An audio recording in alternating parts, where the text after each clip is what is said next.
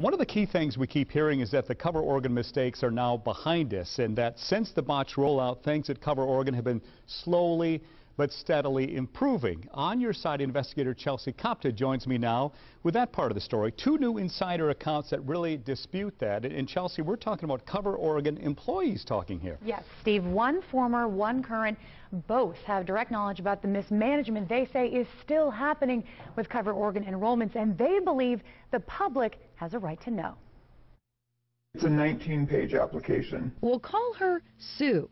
She works for the Oregon Health Authority, processing Cover Oregon insurance applications.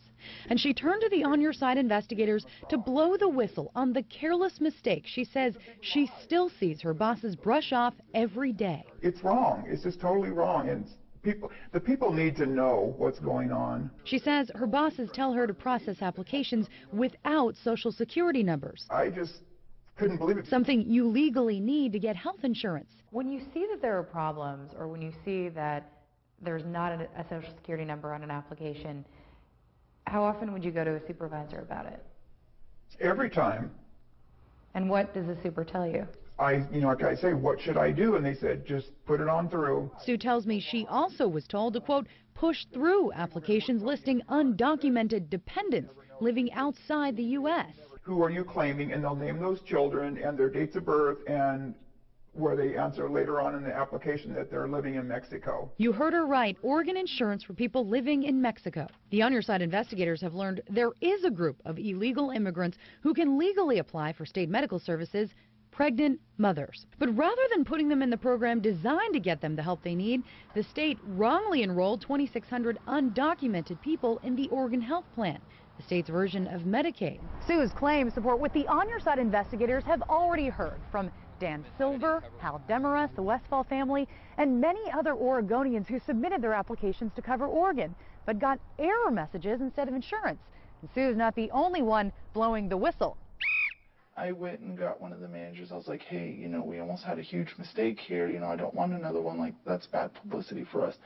And I was told to quit stressing and to go take a walk. Mary, who processed Cover Oregon applications from November to December, told us her manager came in one night while she was busy. He said, stop what you're doing, lock your computers, get up. Why? She says everyone had to compete in a rock, paper, scissors tournament on taxpayer time. She says it was supposed to be a morale booster. I was like, this was not a morale booster. We were working. And I just went back and sat down, and it was really pointless, but it was 15, 20 minutes of wasted time. And then there's this bombshell. Mary suggested we check the dumpster outside the building in Salem where paper applications are processed.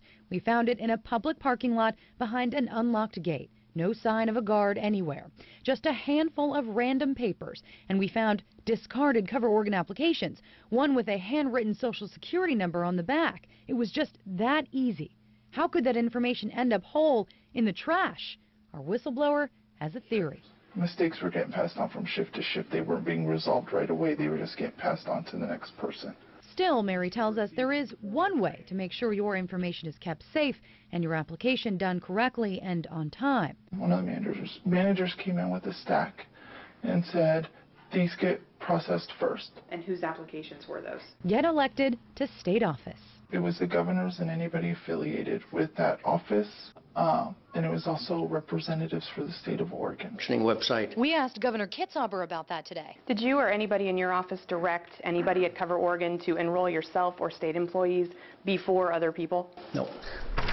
Then we went to Cover Oregon to get answers to our whistleblower's claims. A spokeswoman told us Bruce Goldberg was in a meeting and wouldn't be available all day. So we waited until Cover Oregon tried to kick us out. We gotta go.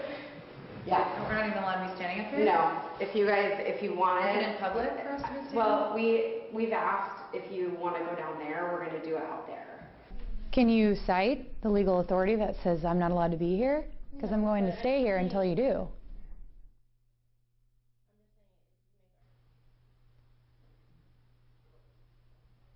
Well, in all, I waited more than 4 hours, but Cover Oregon refused to speak with me on camera. A spokeswoman said she would send me an email statement, but I have yet to receive that. Now, Steve, I did receive a statement from the Oregon Health Authority letting me know they fixed the problem that was allowing undocumented moms to enroll in coverage.